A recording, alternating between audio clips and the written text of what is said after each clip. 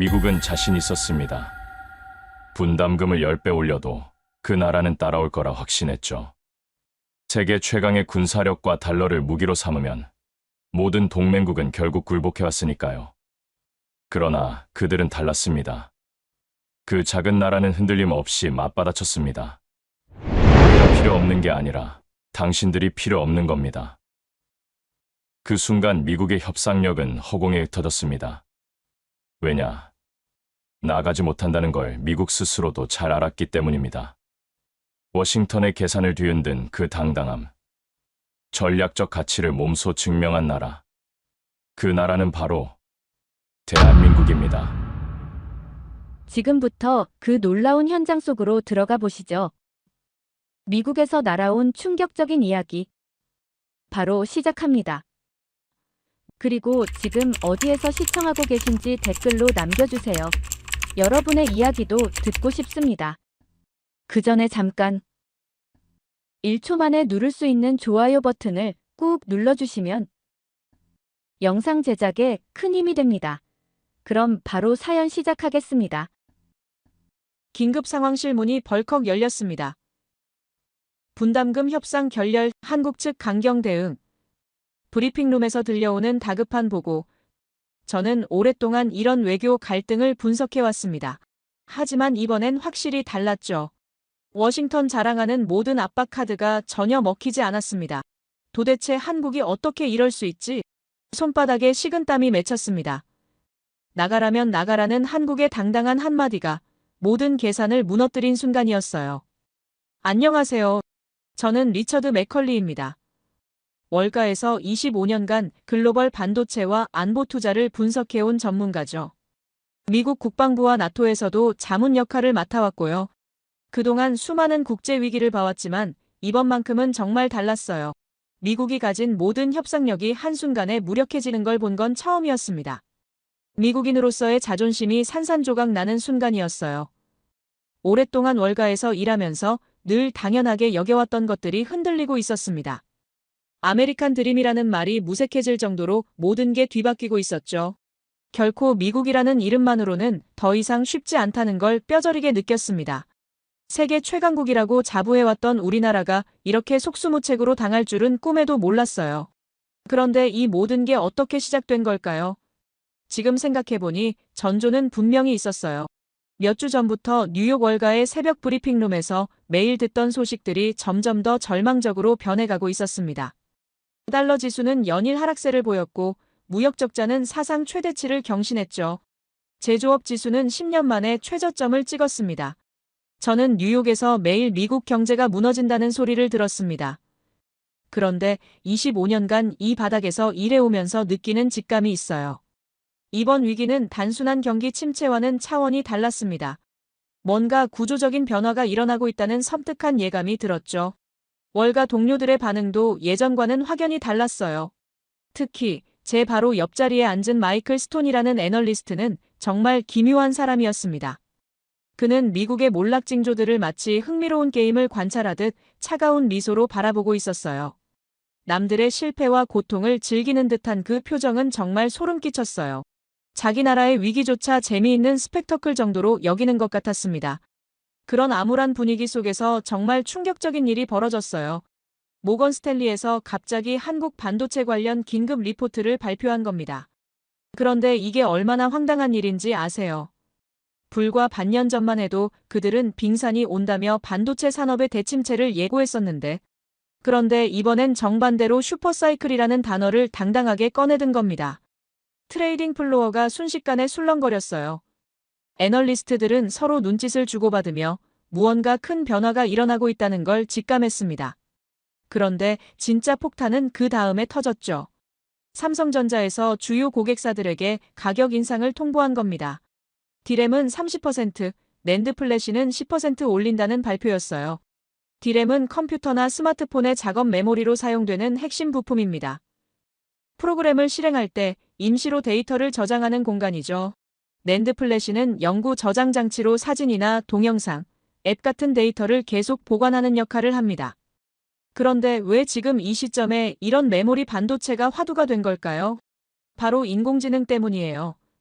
챗GPT나 구글 바드 같은 생성형 인공지능이 폭발적으로 확산되면서 엄청난 양의 메모리가 필요해졌습니다. 인공지능이 학습하고 추론하려면 기존보다 수십 배, 수백 배 많은 메모리가 필요하거든요.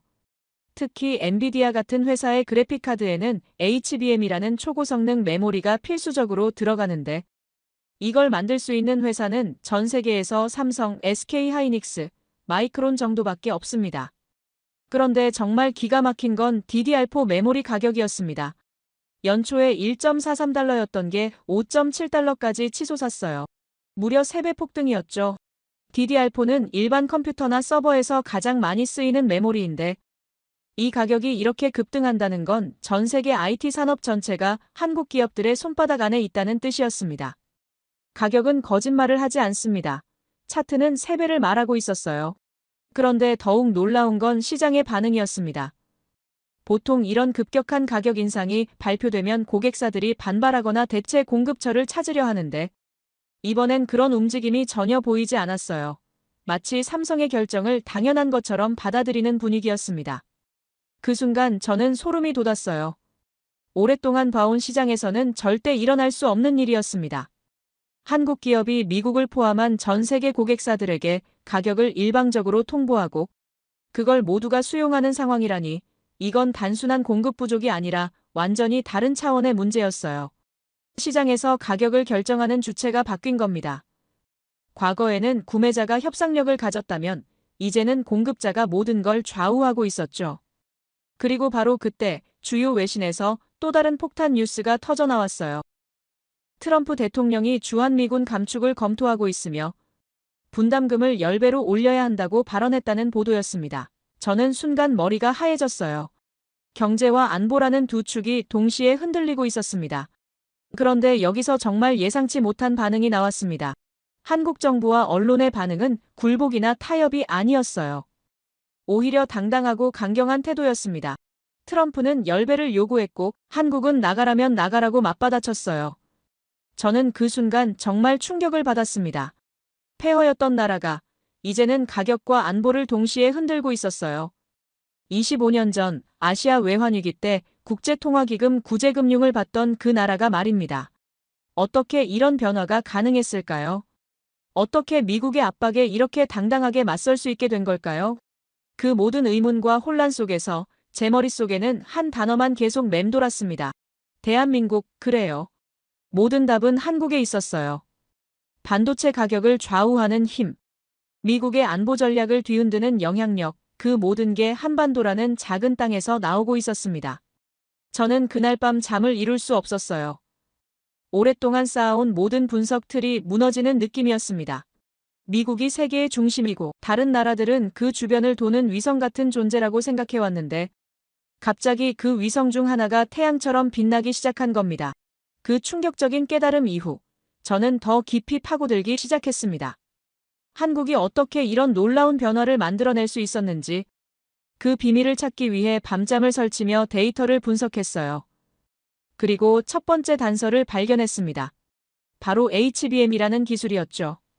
HBM은 기존 메모리보다 수십 배 빠른 속도로 데이터를 처리할 수 있는 차세대 메모리입니다. 특히 인공지능 연산의 필수적인 부품이죠. 그런데 놀라운 건 삼성이 이 HBM 생산에 올인하면서 기존 범용 메모리 생산을 대폭 줄였다는 사실이었어요. 이게 얼마나 대단한 전략인지 아시나요? 공급량을 의도적으로 조절해서 가격 통제권을 완전히 장악한 겁니다. 제가 25년간 월가에서 봐온 그 어떤 기업도 이렇게 과감한 결정을 내린 적이 없었어요. 보통은 수요가 늘면 생산량을 최대한 늘려서 매출을 극대화하려고 하는데 삼성은 정반대로 갔습니다. 양보다는 질, 매출보다는 지배력을 선택한 거죠. 이건 단순한 사업 전략이 아니라 완전히 새로운 패러다임이었습니다. 그런데 여기서 더욱 놀라운 사실을 발견했어요. 엔비디아의 차세대 GPU에 들어가는 HBM 용량이 얼마나 되는지 아세요? 무려 288GB입니다. 불과 1년 전만 해도 144GB였는데 2배로 늘어난 겁니다. 더 충격적인 건 앞으로 테라바이트급 메모리 시대가 열릴 거라는 전망이었어요. 1TB면 1024GB인데 이런 엄청난 용량의 메모리가 인공지능 때문에 필요해진 겁니다. AI는 메모리를 삼키고 메모리는 권력을 만든다는 걸 그때 깨달았습니다. 챗GPT나 클로드 같은 생성형 인공지능이 인간처럼 대화하고 글을 쓰려면 어마어마한 양의 데이터를 메모리에 올려놓고 실시간으로 처리해야 하거든요. 그런데 이런 초고성능 메모리를 만들 수 있는 회사는 전 세계에서 삼성, SK하이닉스, 그리고 미국의 마이크론 정도밖에 없었어요. 그 중에서도 삼성이 압도적인 기술력과 생산 능력을 가지고 있었습니다. 그런데 여기서 또 다른 혁명이 일어나고 있었어요. 바로 HDD에서 SSD로의 대대적인 교체 작업이었습니다. HDD는 기계식 하드디스크고 SSD는 반도체 기반 저장 장치인데 속도와 안정성 면에서 비교할 수 없을 정도로 SSD가 우수합니다. 그런데 놀랍게도 전 세계 SSD 시장에서 삼성이 1위를 차지하고 있었어요. 스마트폰부터 노트북, 데이터 센터까지 모든 곳에서 삼성 SSD가 사용되고 있었습니다. 저는 그 순간 소름이 돋았어요. 삼성이 단순히 메모리 회사가 아니라는 걸 깨달았기 때문입니다. 이들은 미래의 디지털 세상에서 필요한 모든 핵심 부품을 장악하고 있었어요. 인공지능 시대의 두뇌 역할을 하는 HBM부터 모든 데이터를 저장하는 SSD까지 디지털 생태계의 심장부를 완전히 지배하고 있었던 겁니다. 그런데 더욱 흥미로운 건 경쟁국들의 상황이었어요. 우선 중국을 보면 정말 기가 막혔습니다. 미국의 반도체 장비 수출 제재로 인해 완전히 발목이 잡힌 상태였어요. 반도체를 만드는 데 필요한 핵심 장비들을 구할 수 없게 되면서 기술 발전이 멈춰버린 겁니다. 특히 ASML이라는 네덜란드 회사의 EUV 노광 장비 없이는 최첨단 반도체 생산이 불가능한데 이 장비를 중국에 팔 수 없게 되었어요. 중국 정부는 수백억 달러를 투자해서 자체 반도체 산업을 키우려고 했지만 결과는 참담했습니다. 기술 격차가 너무 커서 단시간에 따라잡기 어려웠고 설령 기술을 개발한다 해도 양산 경험이 없어서 품질과 수율에서 한국 기업들을 따라갈 수 없었어요. 중국은 제재에 막혔다는 표현이 정확했습니다. 그렇다면 일본은 어떨까요? 일본도 마찬가지로 안타까운 상황이었어요. 일본은 분명 반도체 소재와 장비 분야에서는 여전히 세계 최고 수준입니다. 시네스화학의 실리콘 웨이퍼, 도쿄일렉트론의 제조 장비, JSR의 포토레지스트 등 핵심 소재들은 아직도 일본이 독점하고 있어요. 하지만 정작 메모리 반도체에서는 완전히 주도권을 상실했습니다. 1980년대와 1990년대 일본은 메모리 반도체의 왕이었어요. 도시바, 히타치, NEC 같은 회사들이 전 세계 시장을 장악하고 있었죠. 그런데 2000년대 들어서면서 한국의 삼성과 SK하이닉스에게 완전히 추월당했습니다. 일본 기업들은 기술 개발에는 뛰어나지만 대규모 투자와 과감한 사업 전환에는 보수적이었어요. 그 결과 메모리 반도체 시장에서 점점 밀려나기 시작했습니다. 저는 그 자료들을 보면서 한 가지 명확한 결론에 도달했어요.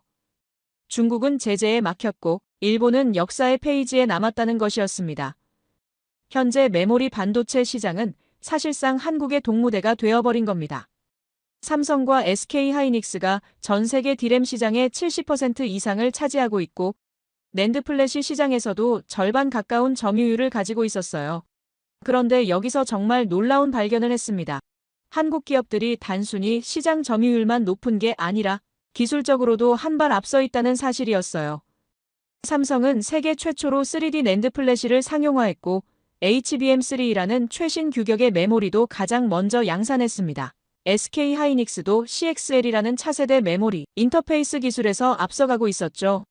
이건 단순한 제조업이 아니라 기술 혁신의 영역이었습니다. 한국 기업들이 메모리 반도체 분야에서 글로벌 스탠다드를 만들어가고 있는 겁니다. 다른 나라들은 한국이 만든 기술을 따라가기에도 급급한 상황이었어요. 그 순간 저에게는 완전히 새로운 관점이 열렸습니다. 한국은 더 이상 수출국이 아니었어요. 가격 결정자였습니다. 과거에는 미국이나 유럽의 고객사들이 이 가격으로 납품해달라고 요구하면 한국 기업들이 그에 맞춰주는 구조였다면 이제는 완전히 뒤바뀌었어요. 삼성이 앞으로 이 가격이다라고 선언하면 전 세계가 그에 맞춰야 하는 상황이 된 겁니다. 이게 얼마나 대단한 변화인지 아시나요? 시장에서 가격 결정권을 가진다는 건 단순히 돈을 더 많이 버는 차원을 넘어서는 문제예요. 산업 생태계 전체를 주도할 수 있는 권력을 의미합니다. 애플이나 구글 같은 빅테크 기업들도 결국 삼성의 메모리 없이는 자신들의 제품을 만들 수 없으니까요. 세계가 삼성의 장단에 맞춰 춤추고 있다는 표현이 과장이 아니었어요. 실제로 삼성이 HBM 생산량을 조절하면 엔비디아의 GPU 출하량이 영향을 받고 그게 또 마이크로소프트나 구글의 인공지능 서비스 확장 계획에 영향을 미치는 구조였습니다. 한국의 작은 반도체 회사 하나가 실리콘밸리 전체를 좌우하고 있는 셈이었죠. 그런데 여기서 정말 소름 끼치는 사실을 발견했어요. 이 모든 변화가 우연이 아니라는 점이었습니다. 삼성과 SK하이닉스는 10년 전부터 이미 인공지능 시대를 예측하고 준비해왔어요. HBM 기술에 막대한 투자를 했고 3D 낸드 플래시 기술을 선점했으며 생산 능력도 지속적으로 확대해왔습니다. 마치 미래를 내다본 듯한 완벽한 전략이었어요. 반면 미국 기업들은 어땠을까요? 인텔은 메모리 사업을 포기하고 CPU에만 집중했다가 지금 와서 후회하고 있고 마이크론은 기술력에서 한국 기업들에게 밀리고 있는 상황입니다. 애플이나 엔비디아 같은 회사들은 설계는 잘하지만 실제로 칩을 만드는 기술은 없어서 삼성이나 대만의 TSMC에 의존할 수밖에 없어요. 이런 상황을 종합해보면 결론은 하나였습니다. 한국이 메모리 반도체라는 21세기 석유를 독점하고 있다는 것이었어요.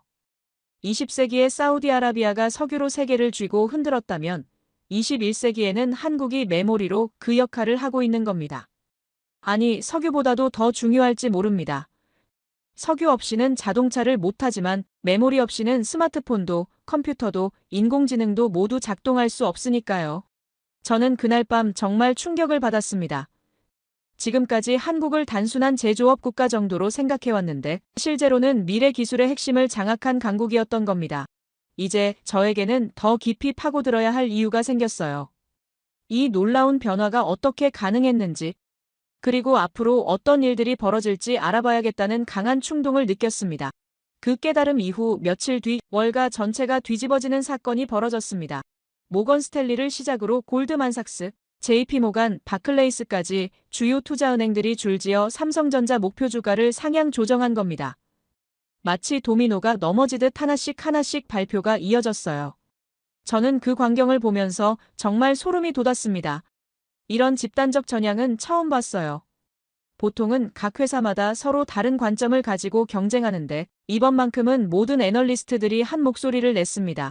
그것도 불과 몇 달 전까지 회의적이었던 사람들이 말이죠.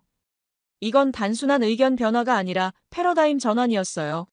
특히 제 동료인 마이클 스톤의 반응이 인상적이었습니다. 평소에 남들과 반대로 가는 걸 즐기던 그가 이번엔 조용했어요. 오히려 불편해 보였죠.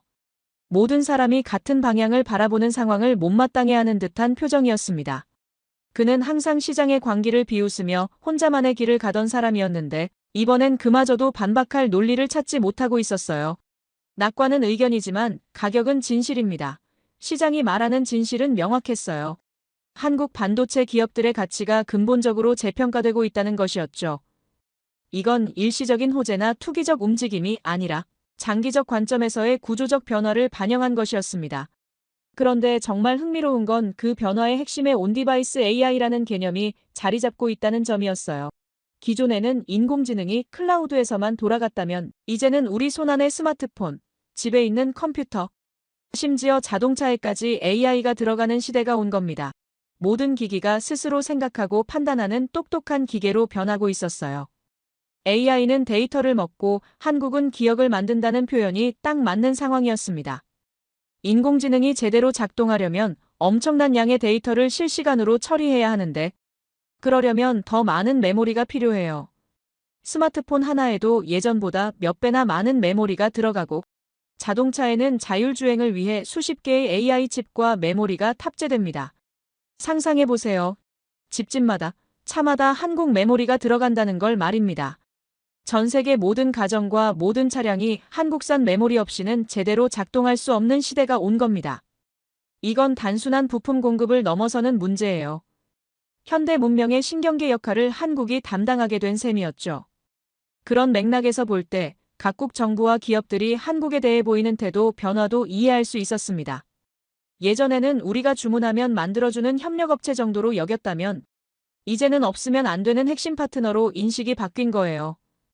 협상에서도 한국의 목소리가 훨씬 커졌고 각종 국제회의에서도 한국의 의견이 중요하게 다뤄지기 시작했습니다. 기관 투자자들과의 미팅에서도 분위기가 완전히 달라졌어요. 예전에는 한국 반도체가 언제까지 좋을까요? 라는 식의 의구심 섞인 질문이 많았다면 이제는 어떻게 더 많이 투자할 수 있을까요? 라는 적극적인 자세로 바뀌었습니다. 그리고 모든 미팅에서 공통적으로 나오는 표현이 있었어요. 이번은 사이클이 아니라 구조다라는 말이었습니다.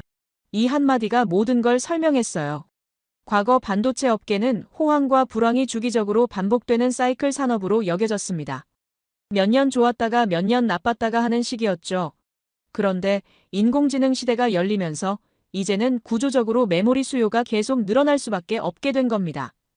생각해보세요. 인공지능은 한번 도입되면 다시 없애기 어려워요.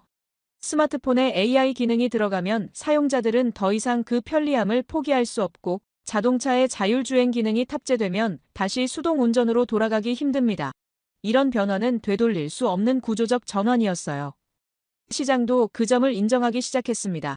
삼성전자 주가가 연일 사상 최고치를 경신하며 급등했어요. 투자자들이 몰려들었고 외국인 투자 비중도 크게 늘어났습니다. 이건 단순한 투기가 아니라 장기적 가치 투자의 관점에서 접근한 결과였어요. 시장이 한국 반도체의 미래를 확신하고 있다는 증거였습니다. 그런데 여기서 정말 감동적인 순간이 찾아왔어요. 저는 문득 한국의 역사를 생각해보게 되었습니다. 불과 70여 년 전 이 땅은 전쟁의 폐허였어요. 모든 게 파괴되고 희망이 보이지 않던 시절이었죠. 그런데 지금은 어떤가요? 전 세계가 한국의 기술을 필요로 하고 한국 없이는 미래를 설계할 수 없는 시대가 되었습니다. 전쟁 잿더미에서 반도체 왕관까지 이 놀라운 여정을 생각하니 가슴이 벅찼어요. 한 세대 만에 이런 변화를 만들어낸 나라가 또 있을까요? 농업 중심의 후진국에서 첨단 기술, 강국으로 원조받던 나라에서 세계 표준을 만드는 나라로 변신한 겁니다. 특히 인상적인 건 이 모든 성취가 단순한 운이 아니라 치밀한 전략과 끊임없는 노력의 결과라는 점이었어요. 한국 정부와 기업들은 수십 년 전부터 반도체에 올인했습니다. 다른 나라들이 서비스업이나 금융업에 집중할 때 한국은 제조업, 그것도 가장 어려운 반도체에 매달렸어요. 그 결과가 지금의 성공으로 이어진 겁니다. 저는 그때 깨달았습니다. 내 손주 세대는 한국 반도체를 세계 표준으로 배울 거라는 걸 말이에요. 미래의 아이들은 교과서에서 반도체의 역사를 배우면서 한국을 빼놓고는 설명할 수 없을 겁니다. 마치 우리가 산업혁명하면 영국을, 자동차 하면 독일을 떠올리듯이 반도체와 메모리 하면 한국을 먼저 생각하게 될 거예요. 이건 단순히 경제적 성공을 넘어서는 문화적, 역사적 의미가 있습니다. 한국이 인류 문명 발전에 핵심적 기여를 하고 있다는 뜻이에요. 인공지능 시대를 여는 열쇠를 한국이 쥐고 있는 셈입니다. 이런 자부심을 가질 수 있는 나라가 세계에 몇이나 될까요? 그런 생각을 하다 보니 앞으로의 전망이 더욱 기대되었습니다. 지금까지의 성과도 놀랍지만 진짜 변화는 이제 시작일 수도 있어요. 메타버스, 자율주행, 로봇, 우주항공까지 모든 미래 기술이 메모리를 필요로 하고 있습니다. 한국이 그 모든 분야의 핵심 인프라를 제공하게 될 거예요. 저는 그날 밤 정말 설레는 마음으로 잠자리에 들었습니다. 지금까지는 미국 중심으로만 세계를 바라봤는데 이제는 완전히 새로운 시각이 열린 것 같았어요. 동아시아의 작은 나라 하나가 21세기 문명의 방향을 결정하고 있다니. 이보다 더 흥미진진한 이야기가 또 있을까요? 앞으로 어떤 놀라운 일들이 더 벌어질지 정말 기대되었습니다. 그 희망찬 분위기가 며칠 지속되더니 갑자기 찬물이 끼얹어지는 사건이 벌어졌습니다. 월가 사무실에서 마이클 스톤이 제게 접근해 왔어요. 평소와는 다른 묘한 미소를 지으며 말입니다. 그의 눈빛에는 뭔가 섬뜩한 것이 있었어요. 마치 남의 실패를 기대하며 즐기는 듯한 차가운 광기가 느껴졌습니다. 그는 한국 반도체에 대한 제 분석이 과도하게 낙관적이라며 비웃었어요. 삼성이 가격만 올렸지 본질적으로는 변한 게 없다고 주장했습니다. 단순한 공급 부족 상황을 이용해 바가지를 씌우는 것일 뿐이라며 곧 다른 경쟁사들이 생산 능력을 늘리면 가격은 다시 떨어질 거라고 단언했어요. 그의 논리는 표면적으로는 그럴듯해 보였습니다. 하지만 저는 그의 말 속에서 뭔가 이상한 점을 느꼈어요. 그는 마치 한국의 실패를 간절히 바라는 것 같았습니다. 데이터를 분석하는 애널리스트라기보다는 한국의 몰락을 구경하고 싶어하는 관음증 환자 같았어요. 그의 차가운 웃음과 비틀린 논리는 정상적인 사고방식이 아니었습니다. 동료의 성공도 자국의 이익도 상관없이 오직 파괴와 혼란만을 추구하는 듯한 모습이었죠. 주장에 적은 데이터라고 생각했습니다. 감정이나 편견이 아닌 냉정한 숫자로 대답해야 할 때였어요. 저는 그에게 한국 반도체 기업들의 기술적 우위와 시장 지배력을 구체적으로 설명했지만 그는 듣고 싶어 하지 않았습니다. 오히려 더욱 비틀린 미소를 지으며 곧 현실을 깨닫게 될 거라고 중얼거렸어요. 그런 불쾌한 대화가 끝난 지 얼마 되지 않아 워싱턴에서 또 다른 폭탄이 터졌습니다. 주요 외신들이 일제히 보도하기 시작한 건 주한미군 감축, 검토와 분담금 대폭 인상 요구였어요. 트럼프 대통령이 다시 한번 한국에 대해 강경한 입장을 표명한 겁니다. 이번에는 더욱 구체적이고 위협적인 수위였어요. 분담금을 현재의 10배로 올리라는 요구였습니다. 현재 한국이 지불하는 방위비 분담금이 연간 약 1조 원 수준인데 그걸 10조 원으로 올리라는 얘기였어요. 이건 상식적으로 불가능한 수준이었습니다. 한국 국방 예산의 상당 부분을 차지할 정도로 엄청난 금액이었죠. 주요 외신의 헤드라인들이 연일 불안감을 조성했습니다. 한미동맹의 균열, 동북아 안보 불안정성, 중국의 기회 등등 온갖 부정적 전망들이 쏟아져 나왔어요. 월가에서도 한국 관련 투자에 대한 우려가 커지기 시작했습니다. 아무리 경제적으로 좋아도 안보 리스크가 있으면 투자하기 어렵다는 목소리가 나왔죠.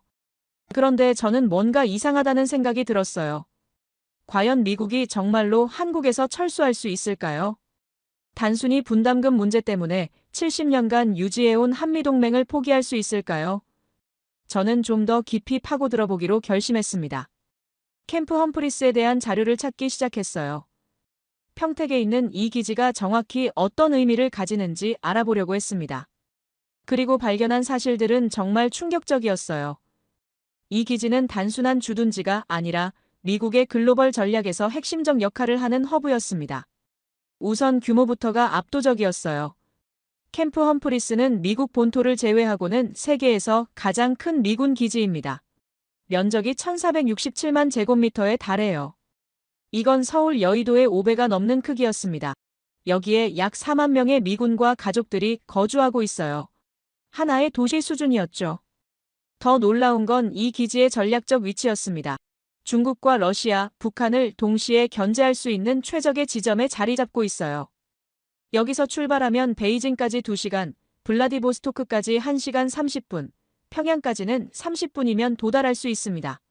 이보다 더 완벽한 전진 배치 거점은 찾기 어려워요. 게다가 비용 효율성도 뛰어났습니다. 미군이 괌이나 하와이에서 작전을 수행하려면 훨씬 많은 비용과 시간이 필요해요. 한국에서 출발하면 연료비도 절약되고 작전 시간도 단축됩니다. 실질적으로 미국의 국방비 절감에도 큰 도움이 되는 구조였어요. 또한 한국의 첨단 인프라도 무시할 수 없는 요소였습니다. 세계 최고 수준의 통신망, 교통망, 의료시설 등이 기지 운영에 큰 도움을 주고 있었어요. 미군 가족들의 생활 편의성도 다른 해외 기지와는 비교할 수 없을 정도로 좋았습니다. 이런 조건을 다른 곳에서 찾기는 어려워요. 그런데 여기서 정말 흥미로운 사실을 발견했습니다. 일본이 수십 년간 꿈꿔왔던 동북아 군사 거점 역할을 지금은 한국이 완전히 차지하고 있다는 점이었어요. 과거 냉전 시대에는 일본의 오키나와 기지가 핵심적 역할을 했지만 지금은 한국의 평택이 그 자리를 넘어선 겁니다. 일본이 꿈꾸던 동북아 거점, 지금은 평택이 차지했다는 표현이 정확했어요.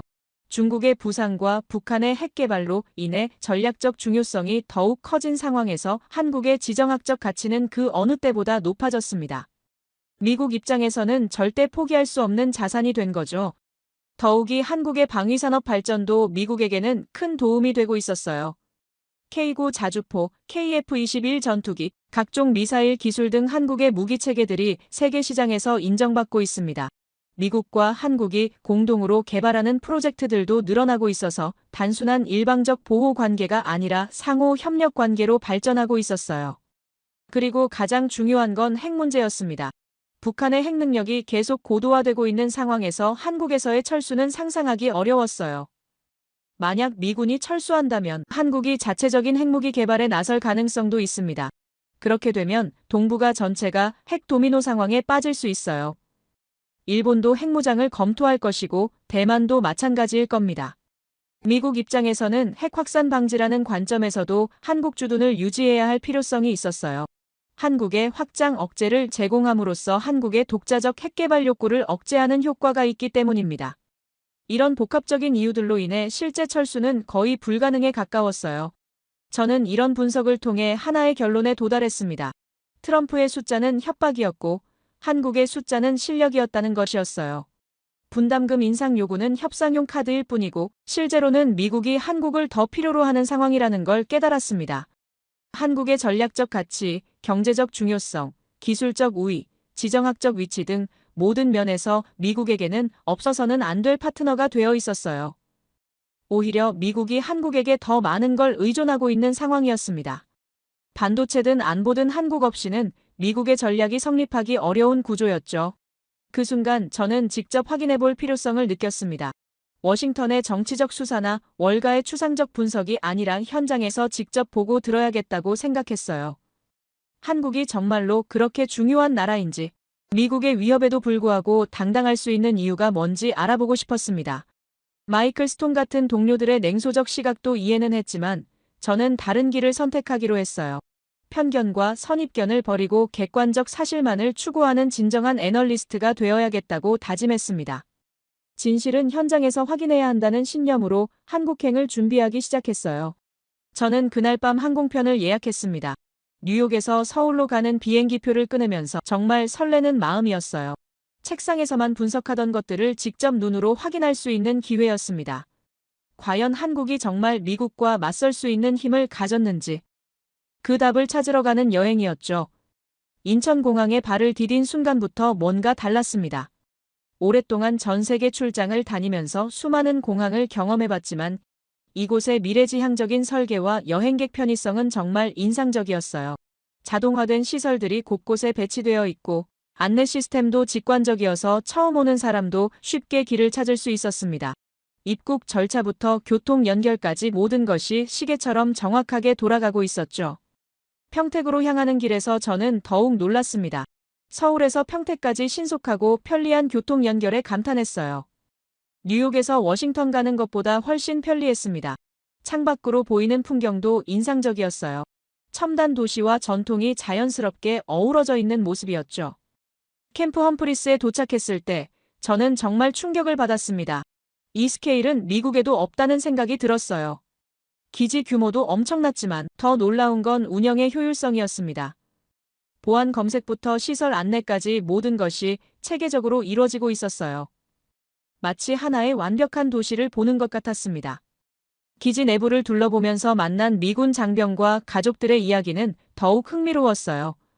한 베테랑 중사는 자신이 독일, 일본, 이탈리아 등 여러 해외 기지를 경험해봤지만 한국만큼 살기 좋은 곳은 없었다고 말했습니다. 특히 안전 문제에 대해서는 감탄을 금치 못했어요. 새벽 2시에도 아내와 아이들이 기지 밖을 자유롭게 돌아다닐 수 있다는 말을 들었을 때 정말 놀랐습니다. 안전은 통계로만 측정할 수 없습니다. 새벽거리에 서면 바로 느끼는 거예요. 그 중사의 아내는 한국에 온 지 2년 됐는데 단 한 번도 위험하다고 느낀 적이 없다고 했어요. 밤늦게 편의점에 가거나 아이들과 공원을 산책해도 전혀 걱정이 없다는 겁니다. 이런 환경에서 생활하는 미군 가족들의 만족도가 높을 수밖에 없었죠. 팀 문화가 없는 대신 서비스 질이 오히려 더 좋다는 평가였습니다. 팁 대신 품질, 소음 대신 질서라는 표현이 딱 맞았어요. 식당에서 음식을 주문하면 반찬이 무한 리필로 나오는데 추가 비용이 전혀 없다는 점에 많은 미군 가족들이 놀랐다고 했습니다. 김치, 콩나물, 시금치 같은 다양한 반찬들을 마음껏 먹을 수 있으면서도 서비스 직원들이 정말 친절하게 대해준다는 거예요. 돈 때문이 아니라 기본적인 서비스 정신으로 고객을 대한다는 인상을 받았다고 했어요. 그런데 정말 충격적인 건 따로 있었습니다. 한국 배치를 받은 미군들의 반응을 담은 영상을 봤는데 정말 믿을 수 없는 광경이었어요. 배치 명령을 받은 장병들이 환호하며 춤을 추고 있었습니다.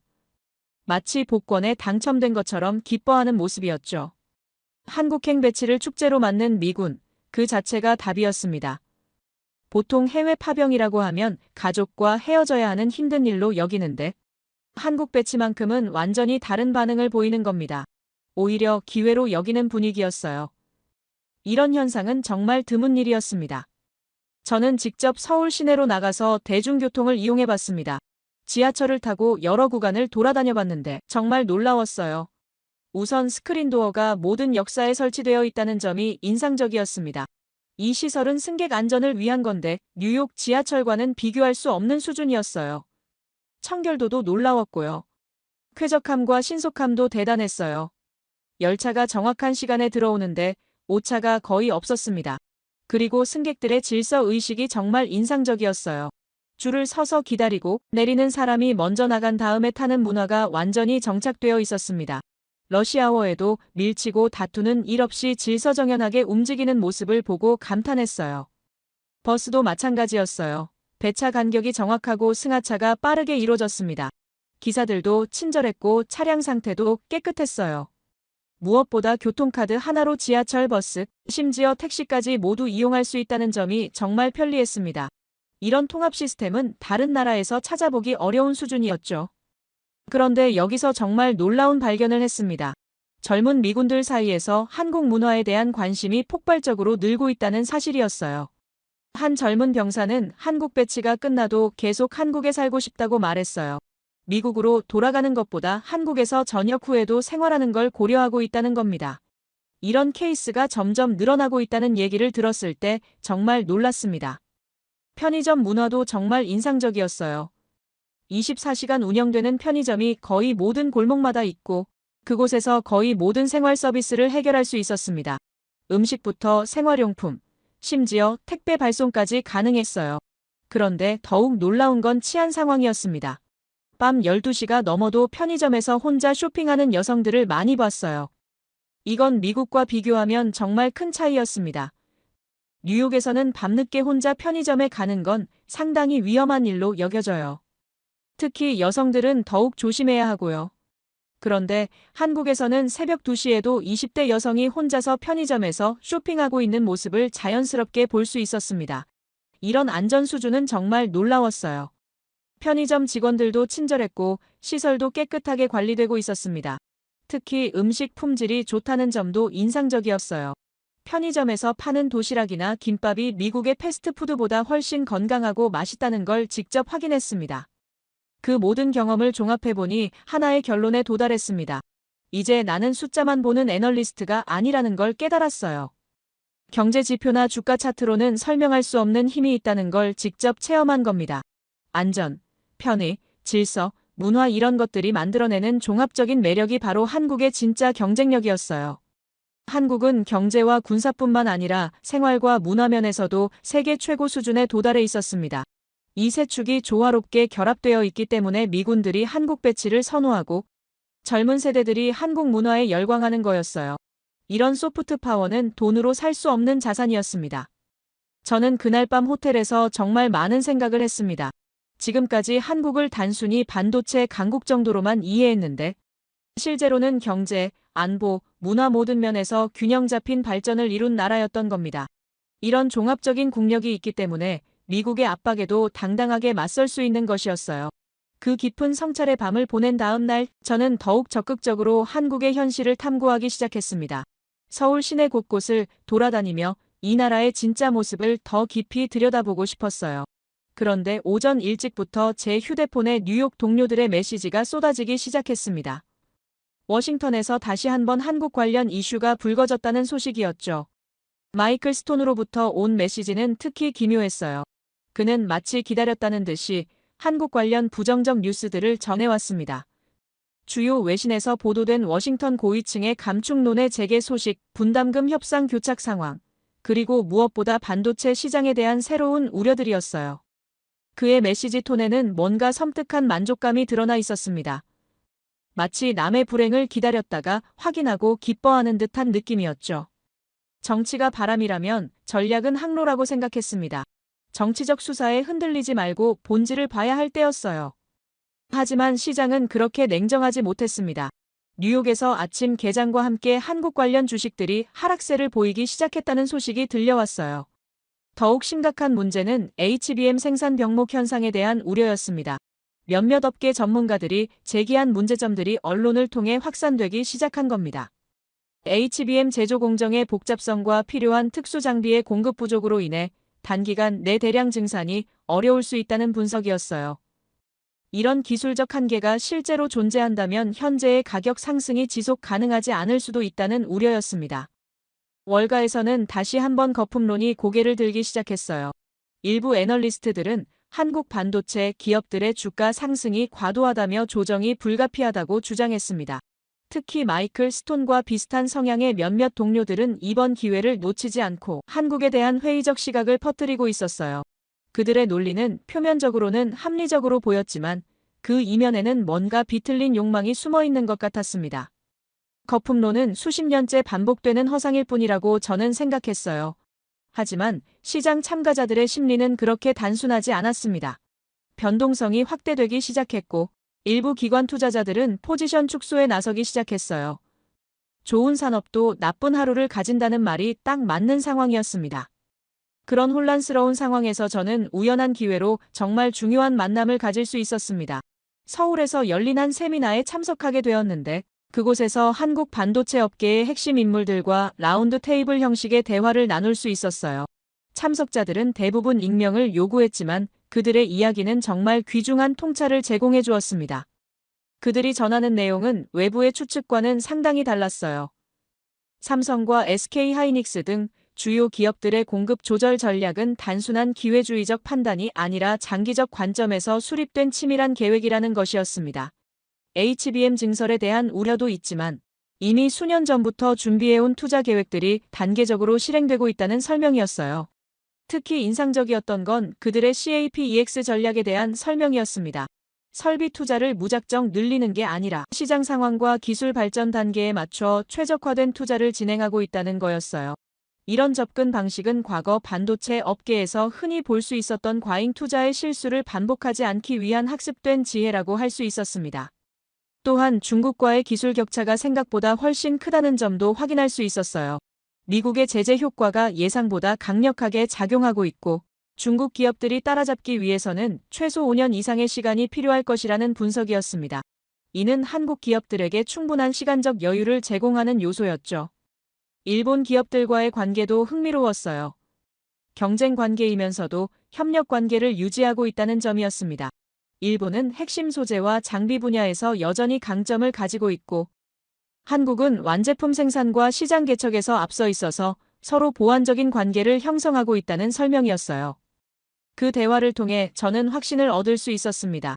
현재 한국 반도체 업계가 보여주는 성과는 운이나 일시적 호재가 아니라 체계적이고 전략적인 접근의 결과라는 것이었어요. 물론 단기적인 변동성이나 기술적 한계는 존재할 수 있지만 전체적인 방향성은 분명히 한국에게 유리하다는 판단이었습니다. 저는 그날 밤 호텔로 돌아가면서 나는 한국의 구조적 우위를 본다는 확신을 가질 수 있었어요. 정치적 잡음이나 단기적 변동성에도 불구하고 이 나라가 가진 근본적인 경쟁력은 흔들리지 않을 것 같았습니다. 오히려 이런 시험들을 통해 더욱 단단해질 수 있을 거라는 생각이 들었어요. 뉴욕의 동료들이 보내온 부정적 메시지들을 다시 읽어보니 이제는 다르게 느껴졌습니다. 그들은 숫자와 차트만 보고 판단하고 있지만 저는 현장에서 직접 경험한 살아있는 현실을 알고 있었어요. 이런 차이가 앞으로의 투자 성과에도 큰 영향을 미칠 것 같았습니다. 한국에서의 마지막 날 저는 정말 운이 좋았습니다. 우연한 기회로 최강혁이라는 분을 만날 수 있었어요. 그는 아시아태평양전략연구소에서 정책실장을 맡고 있는 인물이었는데 한국의 국가전략과 경제정책 전반을 분석하는 전문가였습니다. 그와의 대화를 통해 저는 지금까지 놓치고 있던 중요한 퍼즐 조각들을 발견할 수 있었어요. 최강혁 실장이 가장 먼저 강조한 건 한국의 단결력이었습니다. 그는 이번 미국과의 분담금 갈등에서 보인 한국의 대응이 결코 우발적이거나 감정적인 것이 아니라고 설명했어요. 정부, 기업, 그리고 국민들이 하나의 목소리로 움직인 결과라는 겁니다. 이런 국민적 단합은 한국이 위기 상황에서 보여온 고유한 특징이라고 했어요. 그의 설명에 따르면 한국은 외부 압박이 거세질수록 오히려 더 강하게 뭉치는 특성이 있다고 합니다. 과거 외환위기 때 국민들이 금을 모아서 나라를 구한 일화. 2008년 금융위기 때 보인 결속력, 그리고 최근 코로나19 상황에서 보인 협력 정신까지 모든 게 이런 맥락에서 이해할 수 있다는 거였어요. 이번 미국과의 갈등도 마찬가지로 국민적 공감대가 형성되었다는 분석이었습니다. 바로 그때 놀라운 소식이 날아들었습니다. 삼성전자의 실적 프리뷰가 발표된 겁니다. 저는 급히 자료를 확인해봤는데 정말 충격적인 숫자들이었어요. 디램 평균 판매 가격이 전분기 대비 45%나 상승했고 이것이 그대로 영업이익 폭증으로 이어졌습니다. 반도체 업계의 레버리지 효과가 완벽하게 작동한 거였어요. 가격 결정력은 산업의 왕관이라는 표현이 이보다 더 적절할 수는 없었습니다. 최강혁 실장은 이 결과를 보고 미소를 지었어요. 예상했던 시나리오대로 흘러가고 있다는 표정이었습니다. 그는 한국 기업들이 이런 성과를 낼 수 있었던 배경에는 정부와 민간의 긴밀한 협력이 있었다고 설명했어요. 특히 제품 믹스 전환 전략이 핵심이었다고 했습니다. HBM과 고부가 같이 SSD 중심으로 생산 라인을 재편한 것이 완벽하게 맞아떨어진 거예요. 제품 믹스는 전투의 전술이었다는 말이 정말 와닿았습니다. 같은 투자로도 훨씬 더 큰 수익을 낼 수 있는 구조를 만든 거였죠. 그런데 더욱 놀라운 소식이 이어졌습니다. 워싱턴에서 며칠 전까지 연일 이슈가 되었던 주한미군 감축설이 갑자기 조용해졌다는 보도가 나온 겁니다. 주요 외신들이 일제히 보도하던 내용들이 하루아침에 사라진 거였어요. 이런 급작스러운 변화가 우연일 리는 없었습니다. 최강혁 실장은 이런 상황을 예측하고 있었다는 듯한 표정을 지었어요. 그는 미국 내부에서도 한국의 전략적 가치에 대한 재평가가 이루어졌을 것이라고 분석했습니다. 반도체 공급망 위기, 중국과의 기술 패권 경쟁. 그는 특히 한국의 대응 방식에 주목했습니다. 과거였다면 협상 테이블에서 최대한 양보안을 찾으려 했겠지만 이번에는 나가라면 나가라는 식으로 정면 대응했다는 겁니다. 이런 자신감 있는 태도, 변화가 미국을 당황하게 만들었을 거라고 분석했어요. 나가라면 나가라는 그 당당함이 역풍을 반전으로 바꿨다는 생각이 들었습니다. 한국이 보인 이런 강경한 자세의 배경에는 분명한 근거가 있었어요. 경제적 실력, 기술적 우위, 그리고 무엇보다 국민적 지지가 뒷받침되어 있었기 때문입니다. 최강혁 실장은 이런 변화가 단순히 정부 차원의 결정이 아니라고 강조했어요. 국민 여론조사에서도 압도적으로 강경 대응을 지지하는 목소리가 높았다는 겁니다. 온라인상에서도 미국의 일방적 요구에 굴복해서는 안 된다는 의견이 주류를 이뤘고 이런 국민적 공감대가 정부의 협상력을 더욱 강화시켰다는 분석이었어요. 더욱 흥미로운 건 기업들의 반응이었습니다. 삼성을 비롯한 주요 대기업들도 정부의 강경 대응을 지지하는 입장을 보였다는 거예요.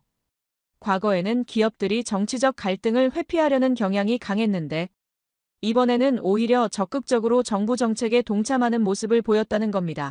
이런 정부 마이너스 기업 간 협력도 한국의 힘을 보여주는 요소였어요. 국제적으로도 한국에 대한 시각이 변하고 있다는 분석이었습니다.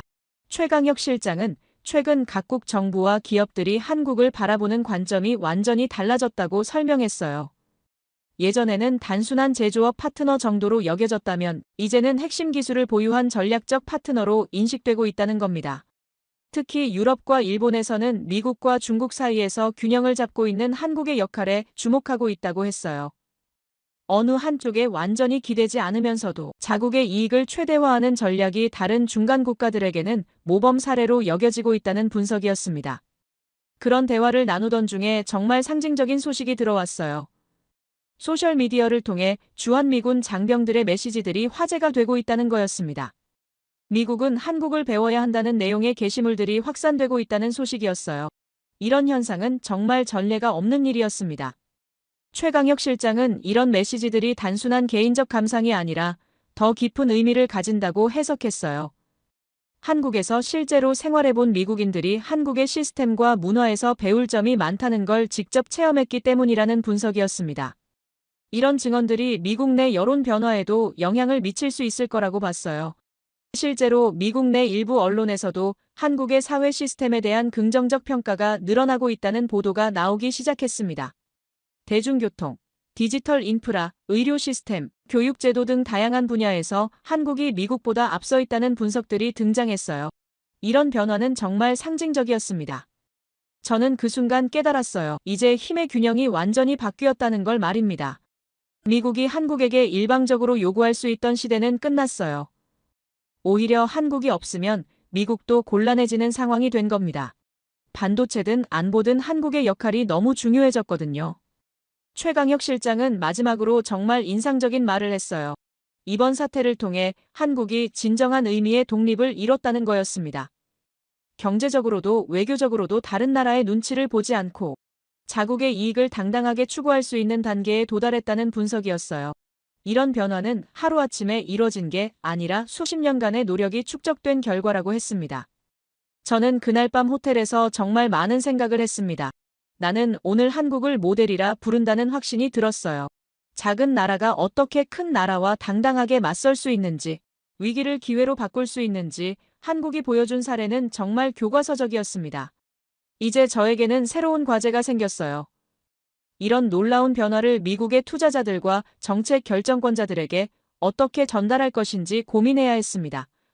한국은 더 이상 우리가 가르쳐야 할 나라가 아니라 우리가 배워야 할 나라가 되었다는 메시지를 전해야 했어요. 인천공항 출국장에서 저는 정말 복잡한 감정에 휩싸였습니다.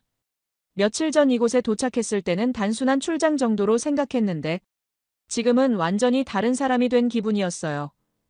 25년간 쌓아온 모든 관점이 뒤바뀐 상태에서 미국으로 돌아가야 한다는 부담감이 정말 컸습니다. 공항 라운지에서 마지막으로 한국을 바라보면서 저는 깊은 성찰에 빠졌어요. 과연 미국이 지금까지 올바른 길을 걸어왔을까요?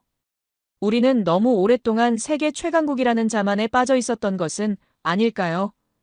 다른 나라들을 가르치고 이끌어야 할 대상으로만 바라보면서 정작 우리가 배워야 할 것들을 놓치고 있었던 건 아닐까 하는 생각이 들었습니다. 한국에서 목격한 현실은 정말 충격적이었어요. 경제적으로는 반도체라는 21세기 핵심 자원을 완전히 장악하고 있었고, 안보적으로는 미국조차 포기할 수 없는 전략적 거점을 제공하고 있었으며, 문화적으로는 젊은 세대들이 꿈꾸는 이상적인 삶의 모델을 보여주고 있었습니다. 이 세 축이 완벽하게 조화를 이루고 있는 나라를 저는 처음 봤어요. 하드웨어에는 품질을, 도시는 규율을 담았다는 표현이 정말 적절했습니다. 한국이 보여준 발전 모델은 단순히 경제 성장에만 집중한 게 아니라 사회 전반의 질적 향상을 동시에 추구한 결과였어요. 이런 균형 잡힌 발전 방식은 다른 나라들이 반드시 참고해야 할 모델이라고 생각했습니다. 특히 인상적이었던 건 위기를 기회로 바꾸는 한국의 능력이었어요. 미국의 압박이 거세질수록 오히려 더 단단하게 뭉치고 더 혁신적인 해법을 찾아내는 모습을 봤습니다.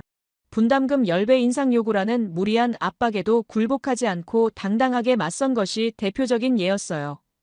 이런 자세야말로 진정한 강국의 모습이라고 느꼈습니다. 동맹은 계산되고 문화는 선택받았다는 생각이 들었어요. 한국은 미국과의 동맹을 단순한 일방적 의존 관계가 아니라 상호 이익을 추구하는 전략적 파트너십으로 발전시켰습니다. 그리고 문화적으로는 전 세계 젊은이들이 자발적으로 선택하고 동경하는 매력을 만들어냈어요. 이런 소프트 파워는 돈으로 살 수 없는 진짜 국력이었습니다. 비행기에서 창밖을 내다보면서 저는 미국의 현실을 돌아봤습니다. 우리는 지금까지 힘으로만 문제를 해결하려고 했던 것은 아닐까요? 다른 나라들에게 일방적인 요구만 하면서 정작 그들이 원하는 것이 무엇인지는 제대로 파악하지 못했던 건 아닐까요? 이런 접근 방식으로는 진정한 동맹을 만들 수 없다는 걸 한국에서 깨달았습니다. 한국이 보여준 모델에서 가장 중요한 교훈은 협력의 힘이었어요. 정부와 기업, 그리고 국민들이 하나의 목표를 향해 움직일 때 얼마나 강력한 시너지를 낼 수 있는지 직접 봤습니다. 외부의 압박에도 흔들리지 않는 단결력, 이것이야말로 한국의 진짜 경쟁력이었어요. 혼자 가면 빨리 갈 수 있지만 같이 가면 멀리 갈 수 있다는 말이 정말 와닿았습니다. 미국이 지금까지 추구해온 일방주의적 접근은 단기적으로는 효과적일 수 있지만 장기적으로는 지속 가능하지 않다는 걸 깨달았어요. 진정한 리더십은 다른 나라들과 함께 성장할 수 있는 길을 제시하는 것이라는 생각이 들었습니다. 세계 각국의 언론과 전문가들 사이에서도 한국에 대한 새로운 담론이 형성되고 있다는 소식을 들었어요. 한국은 부품이 아니라 플랫폼이라는 인식이 확산되고 있다는 겁니다. 단순히 다른 나라가 필요로 하는 제품을 만들어주는 역할을 넘어서서 새로운 산업 생태계의 중심 역할을 하고 있다는 평가였어요. 이런 변화는 정말 혁명적이었습니다. 과거에는 선진국이 기술과 자본을 제공하고 개발도상국이 노동력을 제공하는 단순한 구조였다면 이제는 한국처럼 기술 혁신과 시장 창조를 동시에 해내는 새로운 유형의 국가가 등장한 겁니다. 이런 모델은 다른 많은 나라들에게도 희망과 영감을 주고 있었어요. 뉴욕에 도착해서 다시 월가로 돌아가면서 저는 새로운 각오를 다졌습니다. 이제 세계는 한국을 교과서라 부른다는 확신이 들었어요. 앞으로 제가 해야 할 일은 이런 변화를 미국의 투자자들과 정책 결정권자들에게 정확하게 전달하는 것이었습니다. 한국을 단순한 투자 대상이 아니라 배움의 대상으로 바라봐야 한다는 메시지를 전해야 했어요. 마이클 스톤 같은 동료들과는 이제 완전히 다른 관점을 가지게 되었습니다. 그들은 여전히 냉소적인 시각으로 세상을 바라보고 있지만 저는 희망적인 미래를 보게 되었어요. 한국이 보여준 발전 모델이 전 세계로 확산된다면 우리 모두가 더 나은 세상에서 살 수 있을 거라는 믿음이 생겼습니다. 특히 인상적이었던 건 한국의 포용적 성장 모델이었어요. 경제가 발전할수록 사회 불평등이 심해지는 다른 나라들과 달리 한국은 성장의 혜택을 사회 구성원들이 고루 나눌 수 있는 시스템을 만들어가고 있었습니다. 이런 모델이야말로 지속 가능한 발전의 진정한 의미라고 생각했어요. 앞으로 미국도 변해야 한다는 생각이 들었습니다. 일방적인 요구나 압박보다는 상호 존중과 협력을 기반으로 한 관계를 만들어가야 해요. 한국처럼 다른 나라들이 자발적으로 선택하고 싶어하는 파트너가 되어야 합니다. 그래야만 진정한 리더십을 발휘할 수 있을 거예요. 제가 한국에서 경험한 모든 것들이 앞으로 미국의 정책 결정에도 영향을 미쳤으면 좋겠습니다. 특히 아시아 정책을 수립할 때 한국의 목소리에 더 귀를 기울였으면 좋겠어요. 그들이 가진 지혜와 경험을 우리도 배워서 더 나은 미래를 만들어갔으면 합니다. 제 이야기를 끝까지 들어주셔서 감사합니다. 모두 안녕히 계세요. 오늘의 사연 어떻게 들으셨나요? 강대국의 압박 속에서도 흔들리지 않고 오히려 자신 있게 맞서던 한 나라의 모습은 많은 생각을 하게 만듭니다. 경제와 안보, 그리고 문화까지 숫자와 지표로만 설명할 수 없는 힘이 분명 존재하는 것 같습니다. 어쩌면 그 힘은 오랜 시간 쌓여온 뿌리에서 비롯된 건 아닐까요? 하지만 동시에 이런 당당함이 앞으로 어떤 결과를 만들어낼지는 아직 아무도 알 수 없습니다. 위기일지 기회일지 그 끝은 우리 모두가 함께 지켜봐야 할 것 같습니다. 여러분의 생각은 어떠신가요? 아래 댓글에 남겨주세요.